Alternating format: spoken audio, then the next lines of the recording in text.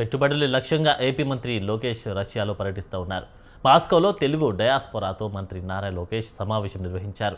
మంత్రి లోకేష్కు ప్రవాస తెలుగు సంఘాల ప్రతినిధులు ఘన స్వాగతం పలికారు.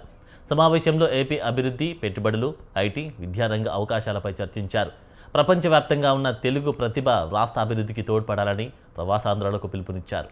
అనంతరం గ్రేడ్మేట్ ప్రతినిధులతో మంత్రి భేటీ అయ్యారు. ఉత్తరాంధ్రలో రేర్ ఎర్త్ ఎలిమెంట్ రిఫైనింగ్ హబ్ను పరిశీలించాలని సూచించారు.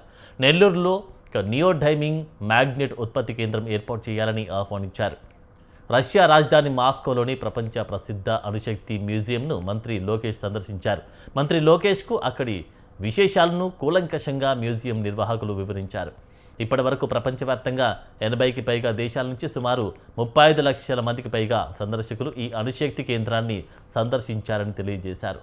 అణు సాంకేతికత రంగంలో సాధించిన అద్భుతాలను, శాస్త్ర సాంకేతిక పరిజ్ఞానాన్ని ఈ మ్యూజియం పర్యటన ద్వారా మంత్రి లోకేష్ స్వయంగా పరిశీలించారు.